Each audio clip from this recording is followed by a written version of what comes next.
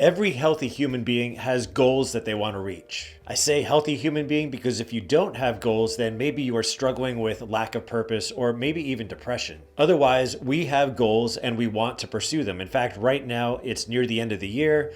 The new year is coming, and so most of us are starting to think about, well, what are my goals for the new year? But clearly there is a problem when it comes to goals because way too often we quit. Things may just not go as planned, or temptation rears its ugly head, or we fail and we just give up. James Clear in Atomic Habits emphasizes the importance of having a system to reach your goals. It's such an excellent book if you really want to pursue your goals strictly, because having the right system in place will often keep us from quitting. And believe it or not, there's even some physiological evidence for quitting. Our brains are actually wired to conserve energy because there was a time when we needed to conserve our energy because at some point there would be a pursuit for food or for shelter or something that our brain needed to be active for. But unfortunately, with the comforts that we have today, our brain still goes into conservation mode. The reality is today that more often than not, we need to persist and we need to do the hard things, but our brain often tells us the opposite. So the book, Think and Grow Rich, was written by Napoleon Hill in, I think it was 1937, and the majority of the principles in this book apply to us today. The goals that Hill is primarily focused on is obviously pursuing wealth and riches.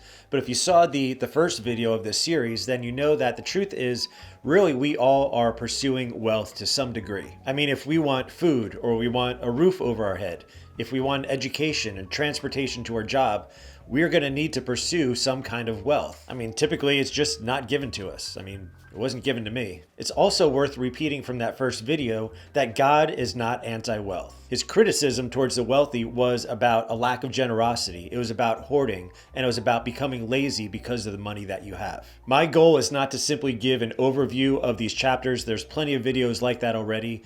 But my goal is to look at this book through a Christian perspective, a Christian worldview. I do think that the pursuit of wealth is important, but I want to go beyond that and look at the pursuit of God as well. And a lot of these principles will carry over to that. So let's get to it. Today I'm going to give you an overview of chapter 1. I'm not going to go through everything because I'm assuming that you've either read the book or you are in the process of doing so. But the chapter begins with the story of Edwin Barnes, who is Thomas Edison's partner. And he became Edison's partner because of his deep desire and determination to not just work for Edison, but to be his partner in business. The section begins with Barnes' determination to have a definite purpose and to stand by that purpose until it was consuming. What happened with Barnes, and it's actually what happens with us often, is he had envisioned the way the whole process would play out.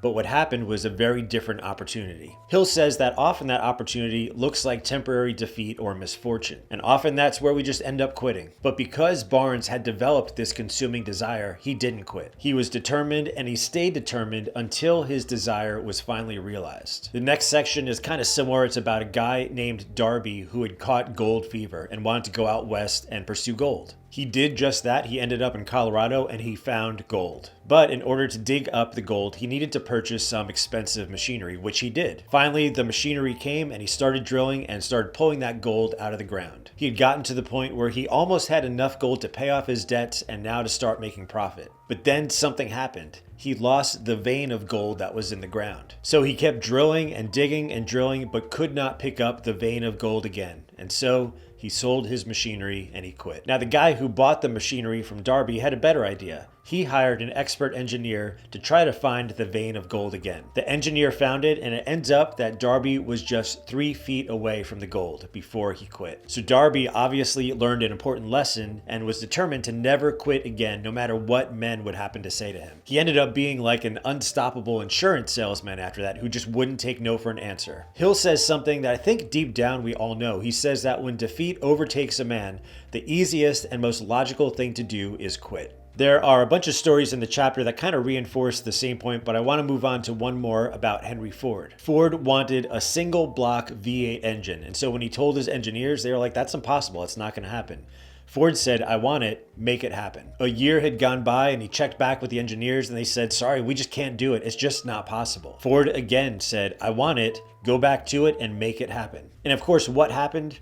They figured it out. Ford's persistence and determination eventually won the day. His desire for what he wanted was so great that it could not be quenched even by expert engineers. I think one of the biggest truths that we often forget or miss as Christians is that we've been given by God power and authority. You know, we are told in Genesis to subdue the earth and have authority over it. But I think sometimes we say to ourselves, well, God is sovereign, so God's going to do what he's going to do. Great, that's true. But you don't always know what that is. You don't know what God's going to do next. And so sitting back and relaxing is just not reasonable. In fact, I think what we are pursuing, what we are working on, is part of God's sovereign plan. I think in a similar way, I've faced this a lot of times as a Christian nonprofit director. You know, so when it comes to raising money for our nonprofit, I have to assume God is going to be faithful. If he wants this ministry to continue, he will provide. But certainly it doesn't mean I don't do my job. I don't sit back and just wait for people to give me money. No, I also have to do the work. I have to write grants. I need to meet with donors. I need to write letters and put out videos asking for money. And I believe God in his sovereignty uses those two things together to accomplish his will. Now, going back to the chapter, I can give you story after story in my own life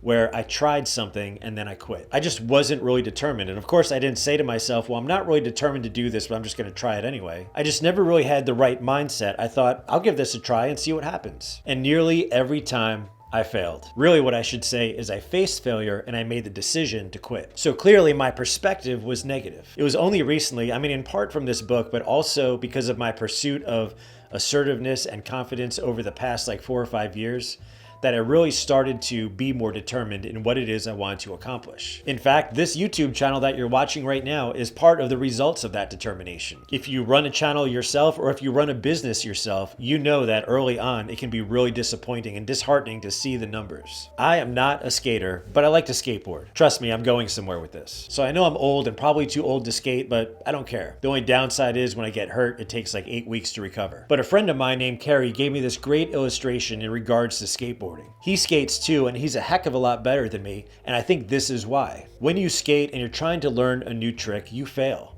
You fail a lot, and you get hurt a lot too. But if you quit, then you're never going to learn any new tricks because every new thing that you're trying to learn begins with lots of failure. What Carrie said, and what Napoleon Hill says in the book also, is that you can't have this mindset of I'll try. It has to be I'll do. In fact, in a number of our conversations since then, I've sort of slipped and said, yeah, I think I'm going to try to do this.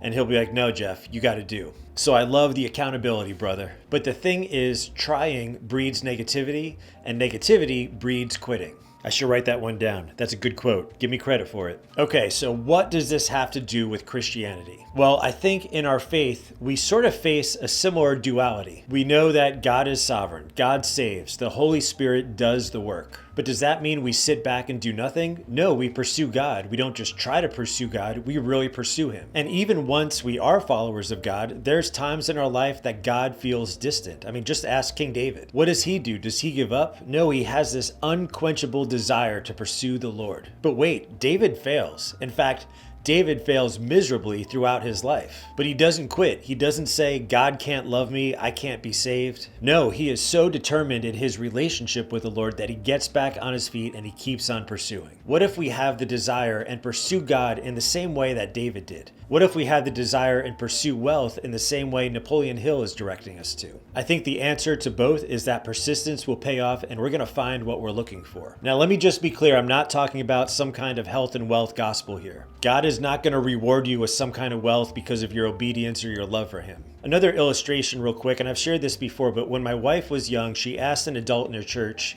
I don't feel like a Christian. And the response she got, I just feel like was so wise. They said, if you want to feel like a Christian, act like a Christian. I love that because we can't just say, I just don't really feel like a good person. I can't be loved, so I'm just going to give up. Or I don't really see God pursuing me, so I'm just going to give up and not pursue him. No, instead, have the mindset of I am an adopted son or daughter of God. The thing is too, and this really goes back to that bad idea that God's going to reward us with wealth because of our good things. The truth is, all of our good works are like what? Dirty rags. So instead, act like a lover of Jesus and pursue him. Now, if you missed the intro, the preface to this series, you can watch it right here next.